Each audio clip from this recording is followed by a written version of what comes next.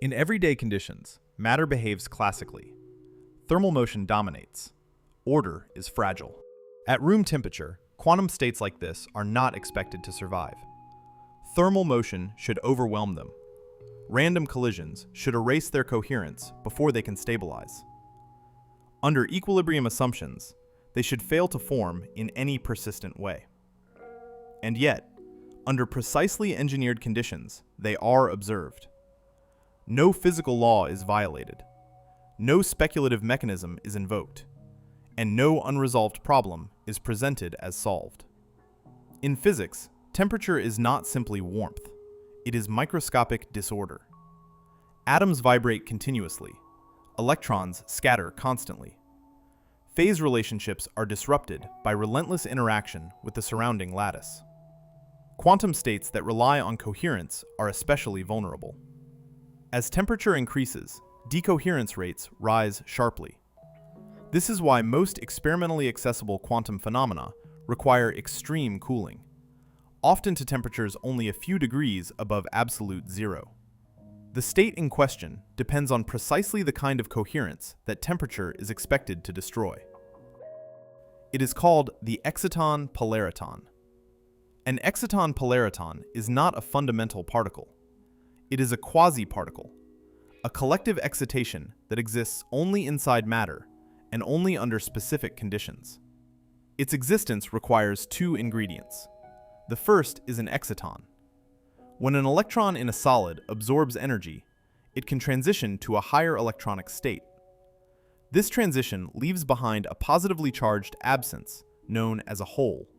The electron and the hole attract one another through Coulomb interaction and form a bound pair. That bound pair is the exciton. The second ingredient is a photon. Not a free photon traveling through space, but a photon confined within a material structure, typically an optical microcavity formed by mirrors or layered media. When the interaction between the exciton and the confined photon becomes sufficiently strong, the two can no longer be treated as independent entities.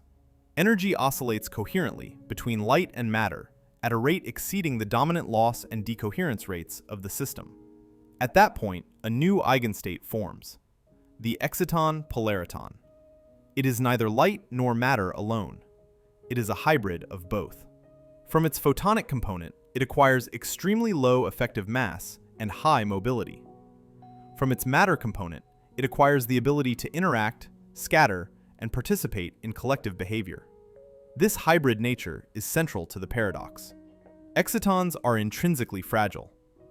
In most conventional semiconductors, their binding energy is smaller than the thermal energy available at room temperature, approximately 25 millielectron volts.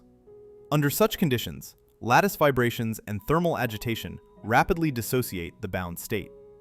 As temperature rises, phonon scattering intensifies. Electronic phase coherence is lost. Excitons decay. From this alone, the theoretical expectation is explicit. Under equilibrium conditions, stable excitons should be rare at room temperature. And without sufficiently long-lived excitons, exciton polaritons cannot form. For decades, this expectation confined polariton physics to cryogenic environments. Liquid helium temperatures, highly controlled experimental conditions. That boundary was challenged by experiment. In wide bandgap semiconductors, such as gallium nitride and zinc oxide, researchers observed unambiguous signatures of strong light-matter coupling at room temperature. Clear spectral splittings appeared, indicating the formation of hybrid light-matter eigenstates. Later, similar behavior was observed in certain organic semiconductors. In these materials, excitons possess unusually large binding energies, often hundreds of millielectron volts, far exceeding thermal energy at room temperature. This changes the balance. Excitons persist long enough to enter the strong coupling regime with confined photons. Hybrid states form. The exciton polariton becomes a physically meaningful excitation. This does not contradict quantum mechanics, but it overturns a simple intuition, that temperature alone defines the boundary between quantum coherence and classical behavior. Under continuous external pumping, typically provided by a laser, These polaritons can accumulate in a small number of states. They exhibit long-range phase coherence and collective occupation. Many particles behave as a single coherent system. In several observable respects, this resembles Bose-Einstein condensation. Here, precision matters. These polariton condensates are not equilibrium systems. They are driven and dissipative. Energy is continuously injected. Energy is continuously lost. If the external pump is removed, coherence collapses on ultra-fast timescales. Referring to this phenomenon as a room temperature Bose-Einstein condensate without qualification would be misleading. These are non-equilibrium condensates, sustained dynamically rather than preserved thermodynamically. Strong coupling is the enabling mechanism. In weak coupling, photons are absorbed and re-emitted, and coherence rapidly decays. In strong coupling, energy oscillates coherently between light and matter, forming new eigenstates whose properties differ from either component alone. These states are not immune to decoherence. Typical lifetimes are short, often on the order of picoseconds, though they vary by system and design. But they are long enough to be observed, to interact, and to exhibit collective effects. This is why the particle exists only locally, only briefly, and only under carefully engineered conditions. At this point, the central tension appears. Where quantum behavior gives way to classical behavior in driven, open systems is not known with precision. There is no sharp boundary, no universal threshold, no single criterion that applies across all systems. What can be stated with confidence is narrower and more specific. Exciton polaritons exist. They can form at room temperature in specific materials under strong coupling conditions. They obey known physical laws.